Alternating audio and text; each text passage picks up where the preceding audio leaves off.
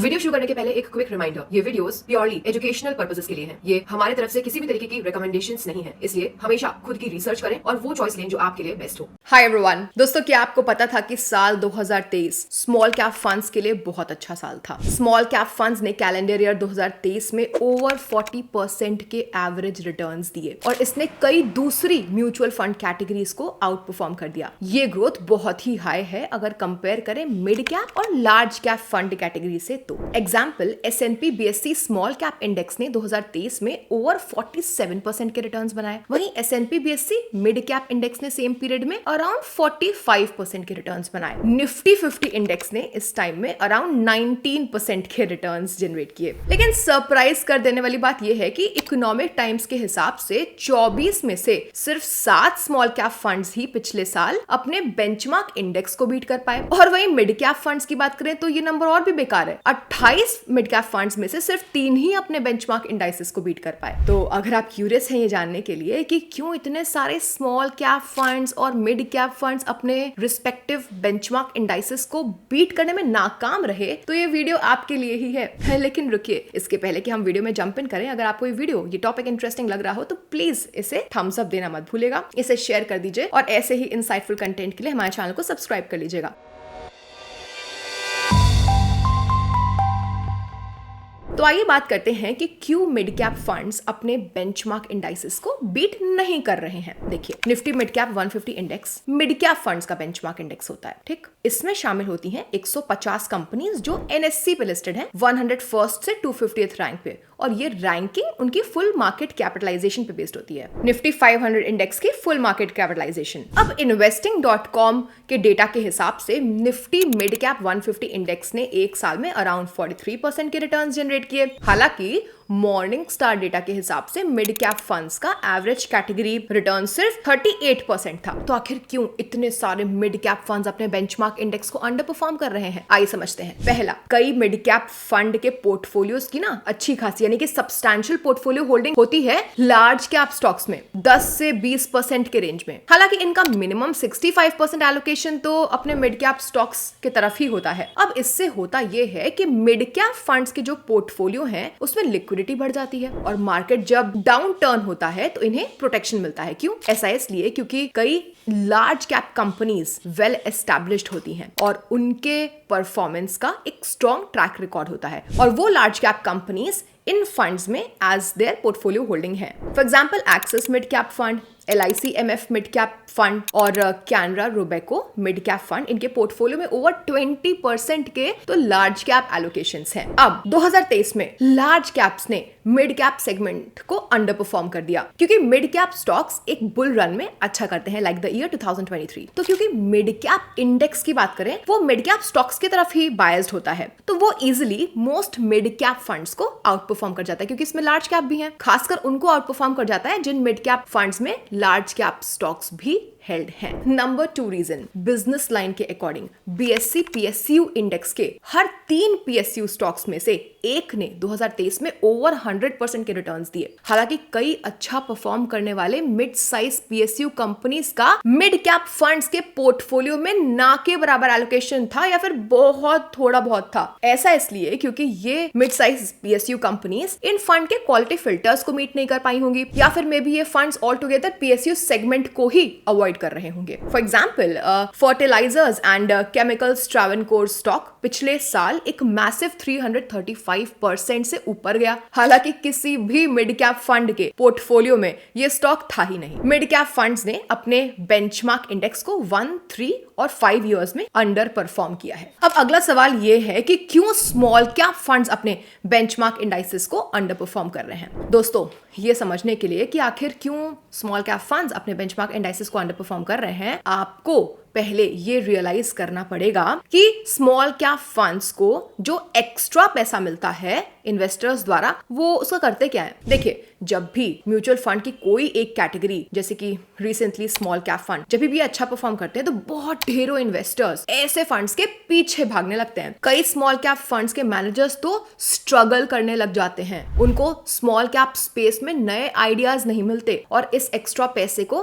Handle कर पाना उनके लिए बहुत मुश्किल हो जाता है। इसके अलावा क्योंकि कई स्मॉल कैप फंड्स क्वालिटी वाले स्मॉल कैप स्टॉक्स को चेस कर रहे होते हैं, तो इनके fund managers even quality small cap stocks के लिए भी बहुत ज्यादा प्राइस देने के लिए तैयार नहीं होते। ऐसा इसलिए कि ये कर देंगे तो जब स्टॉक मार्केट डाउन टर्न आएगा तो उनके फंड्स काफी वल्नरेबल हो जाएंगे, यानी रिस्की हो जाएंगे, राइट। अब इस वजह से कुछ स्मॉल कैप फंड्स तो लमसम इन्वेस्टमेंट लेना ही रोक देते हैं और सिर्फ अपनी स्कीम्स में SIP के थ्रू ही इन्वेस्टमेंट को चलने देते हैं। सेकंड, दूसरे फंड्स बेसिकली कैश होल्ड करके बैठ जाते हैं, that is they sit on cash और सही समय का इंतजार करते हैं, यानी कि स्मॉल कैप स्टॉक्स में वो तब इन्वेस्ट करेंगे जब वो स्टॉक्स लोअर वैल्यूएशंस पे मिलेंगे। नेक्स्ट, कुछ स्मॉल कैप फंड्स अपनी इन्वेस्टमेंट स्टाइल को ही चेंज कर देते हैं, या तो वो एक लॉन्ग टेल वाला पोर्टफोलियो बिल्ड करने लग जाते हैं, बेसिकली वो अपने पोर्टफोलियो में कई स्टॉक्स में इन्वेस्ट करने लग जाते हैं। एंड फोर्थ, सबसे बुरा, कुछ स्मॉल कैप फंड्स तो माइक्रो कैप स्टॉक्स में वेंचर कर जाते हैं। माइक्रो कैप स्टॉक्स बता दें वो होते हैं जो अपनी मार्केट कैपिटलाइजेशन के बेसिस पे इंडियन स्टॉक एक्सचेंज पर टॉप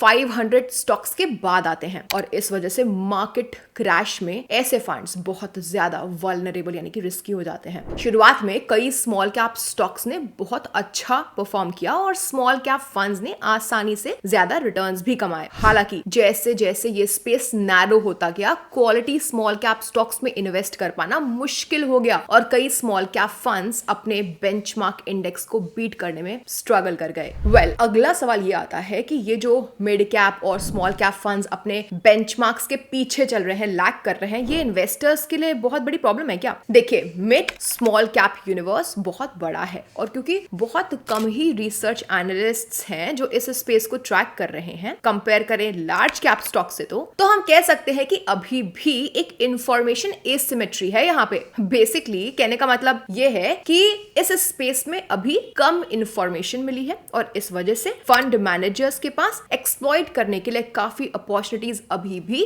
बाकी है और उनके mid and small cap funds के लिए अभी भी बहुत ज्यादा रिटर्न्स जनरेट हो सकते हैं। अब मिड कैप फंड्स और स्मॉल कैप फंड्स एक बुलिश मार्केट में अपने बेंचमार्क इंडाइसेस को अंडर परफॉर्म कर सकते हैं, लेकिन स्टडीज दिखाती हैं कि जब स्टॉक मार्केट स्लो डाउन होता है तब इन्होंने अपने बेंचमार्क इंडाइसेस से बेहतर परफॉर्म किया, बेसिकली बेंचमार्क से कम फॉल हुए। For instance, market capture ratios, ये एक ऐसा सेट ऑफ मैट्रिक्स है दोस्तों जिसकी मदद से अलग अलग मार्केट कंडीशंस में परफॉर्मेंस मेजर की जाती है। इस रेशियोज में हम म्यूचुअल फंड के परफॉर्मेंस को देखते हैं, बोथ अप मार्केट में और डाउन मार्केट में। अप मार्केट का मतलब उन महीनों में जब बेंचमार्क इंडेक्स ऊपर था और डाउन मार्केट का मतलब उन मंथ्स में जब बेंचमार्क इंडेक्स नीचे था। अब जब मार्केट ऊपर थी उस वक्त म्यूचुअल फंड स्कीम के average monthly returns versus average monthly returns of the benchmark, इसके रेशियो को अपसाइड कैप्चर रेशियो कहा जाता है। वहीं जब मार्केट डाउन थी तब म्यूचुअल फंड स्कीम के average monthly returns versus average monthly returns of the benchmark के रेशियो को डाउनसाइड कैप्चर रेशियो कहा जाता है। ठीक है, मॉर्निंग स्टार के स्टडी के हिसाब से पिछले 10 सालों में स्मॉल कैप फंड्स ने सिर्फ इंडेक्स अपसाइड का 89% ही कैप्चर किया, यानी अपसाइड कैप्चर रेशियो रहा 89%। मतलब इसका मतलब यह है कि अगर इंडेक्स 100% से ऊपर गया, स्मॉल कैप फंड सिर्फ 89% से ही ऊपर गए। हालांकि इन्होंने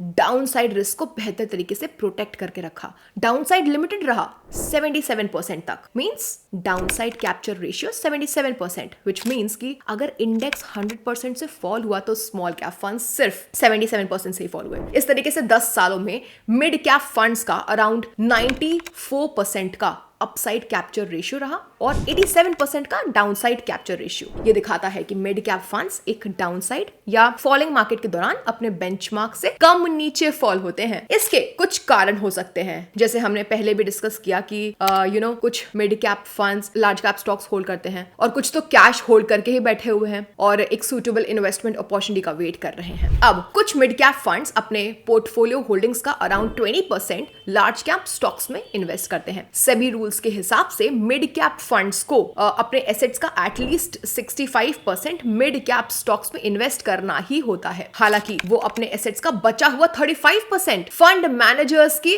मर्जी के हिसाब से इन्वेस्ट करने के लिए फ्री है। दोस्तों, NSDL डेटा के हिसाब से ना साल 2023 में फॉरेन पोर्टफोलियो इन्वेस्टर्स के इनफ्लोज एक ऑल टाइम हाई टच करते हुए ₹1.71 लाख करोड़ तक सर्ज हो गए थे। देखिए, FPIs ना जनरली लार्ज कैप स्टॉक्स में ही इन्वेस्ट करते हैं, उनकी ज्यादा लिक्विडिटी की वजह से। तो अगर 2024 में ये FPIs इंडियन स्टॉक मार्केट्स में इन्वेस्ट करना कंटिन्यूड रखते हैं तो लार्ज कैप स्टॉक्स अच्छा कर सकता है, और ये उन मिड कैप फंड्स के लिए बहुत अच्छी बात होगी जो लार्ज कैप स्टॉक्स का एक बड़ा परसेंटेज अपने पोर्टफोलियो में होल्ड करके रखते हैं। सो फ्रेंड्स, अब हम अपने कंक्लूजन पे आ चुके हैं। तो आइए इस वीडियो को खत्म करते हुए ये समझते हैं कि एक म्यूचुअल फंड में एक्टिव शेयर क्या होता है। देखिए, एक्टिव शेयर दिखाता है कि एक फंड के पोर्टफोलियो की वो कौन सी स्टॉक होल्डिंग है जो उसके बेंचमार्क इंडेक्स से अलग है। इस परसेंटेज को एक्टिव शेयर कहा जाता है। तो ये ट्रैक करता है किसी म्यूचुअल फंड की होल्डिंग्स और उसके बेंचमार्क इंडेक्स की होल्डिंग में जो डिफरेंस है उसको।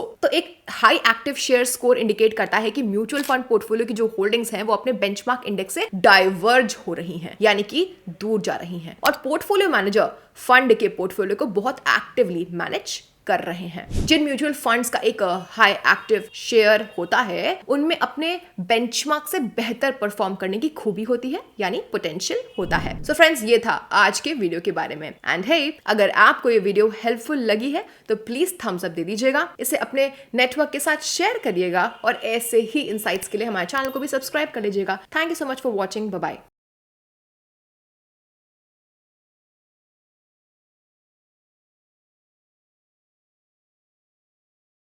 Mutual fund investment are subject to market risks.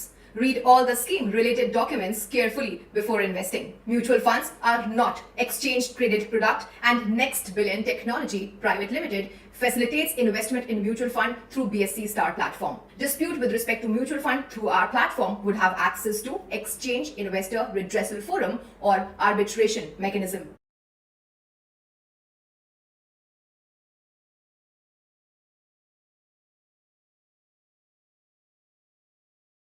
Mutual fund निवेश बाजार जोखिम के अधीन है। योजना संबंधी सभी दस्तावेजों को ध्यान से पढ़ें। Mutual fund investments are subject to market risks. Read all scheme related documents carefully.